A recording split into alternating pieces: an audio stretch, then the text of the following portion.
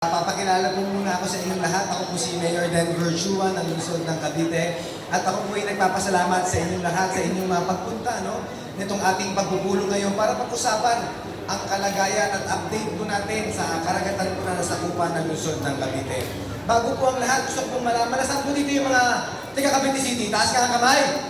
Wow, dami. Okay. Saan po dito yung mga taga Kawit po? Taas ang kamay. Yan. Isama natin siyempre ang inyong municipal agri, no? Si Sir Neil Malabanan. Malapakan po natin, Sir Neil Malabanan. Of course, andito rin po ba ang mga taga-Bacoor? Taas po ang kamay. Yan. Siyempre, kasama rin natin ang inyong city agri na Sir Alan Chua. Kasama ko rin po yung nag-present kanina, no? Narinig nyo naman at pinaliwanag niya yung mga update at ano nga ba yung mga mandatong ibinibigay po sa mga lokal na pamahalaan sa buong Pilipinas or sa mga nakakasakop po sa Manila Bay ng mga LGUs. Palakpakan po natin kung si Cage Piloneo. Siyempre, andito rin po ang ating konsihala. Nagpakilala po kanina at nag-welcome sa inyong lahat. Siya po yung author nitong ordinansa patungkol po sa ating regulasyon sa paglalagay ng mga tahungan sa ating mga karagatan. Palakpakan po natin kung si June Novero. Kasama rin po natin ang ating Liga President ng Lungsod ng Cavite, Konsehal Bam Urubio. Palakpakan po natin. Ang aming City Agri, walang iba, Engineer Shera. Palakpakan din po natin.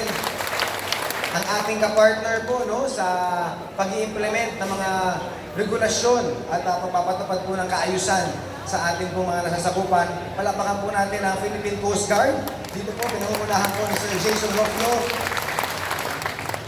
At ako po ay nagpapasalamat sa inyong lahat dahil binigyan niyo po ng oras itong ating pagpupulong ngayon.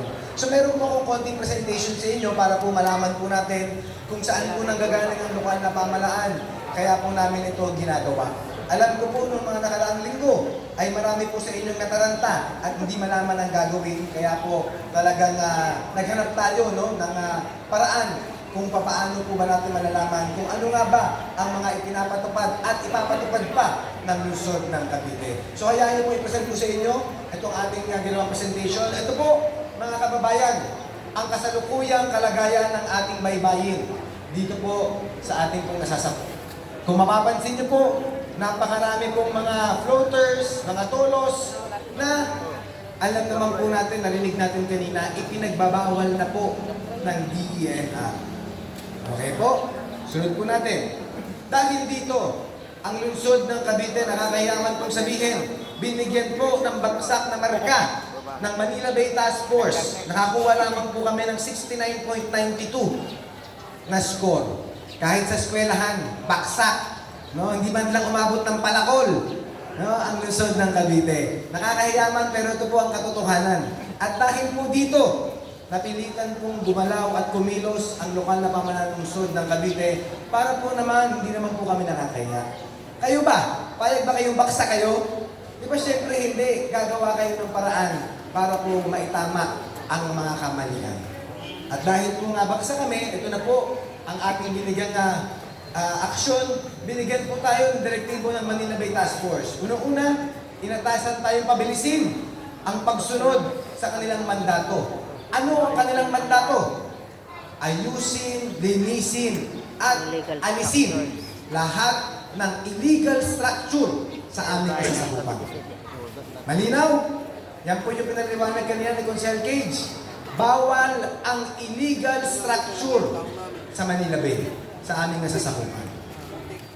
Kailangan alisin lahat ng illegal structure sa baybayin ng Cavite City at babala nila ang hindi pagsunod sa kanilang mandato ay maaaring magresulta sa pagsampa ng kaso sa mga namumuno sa aming lungsod. Kawawa naman po kami. Kami pang makakasuhan pag hindi kami sumunod. So ano dapat namin gawin? Sumunod. Di ba? Kaya po, nagawa natin ang isang ordinansa. Next slide po tayo. Sa ngayon, lahat ng structure na nakatayo sa aming baybayin ay considered illegal. Ibig sabihin pa, nag-inspect po dyan ang DENR muli. Lahat po kayo ay merong illegal structure. Wala pong legal dyan, lahat illegal. Next slide tayo. Okay?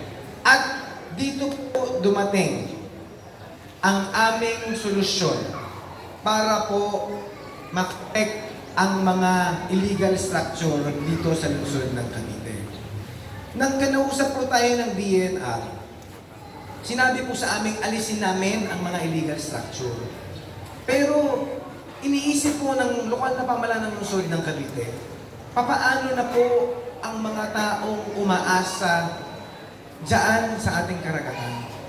Napakarami pong Caviteño na diyan umaasa at kumukuha ng panghanap buhay, panggastos sa pangbili ng mga pagkain ng kanilang pamilya. Kung aalisin namin sila, saan kukuha ng hanap buhay ang mga taong ito? Di ba? Hindi po namin natiis yan. Dahil alam po namin, no, na napakatagal na pong panahon, dyan po tayo kumukuha ng ating hanap buhay. Kaya po doon po namin napag-usapan ng ating konseho, ng ating kasama mula sa sentro, sa City Agri, ang dapat nating gawin para matulungan ang mga umaapektuhan. Ito po ang aming naging solusyon. Ang pag-aaproba ng ating General Ordinance Number 2025-3642, an ordinance regulating the operation of mussel, oyster farms, fish pens, fish cages, fish corrals, shrimp farms, and other structures for the culture of fish and other fishery products within Cavite City and providing penalties for violation thereof. Kung titingnan po natin, ito pong ordinansa na ito ay sinasabi na magkakaroon po tayo ng regulasyon sa paggamit at paglagay ng mga tahungan o mga fish pen sa ating nasasakupan.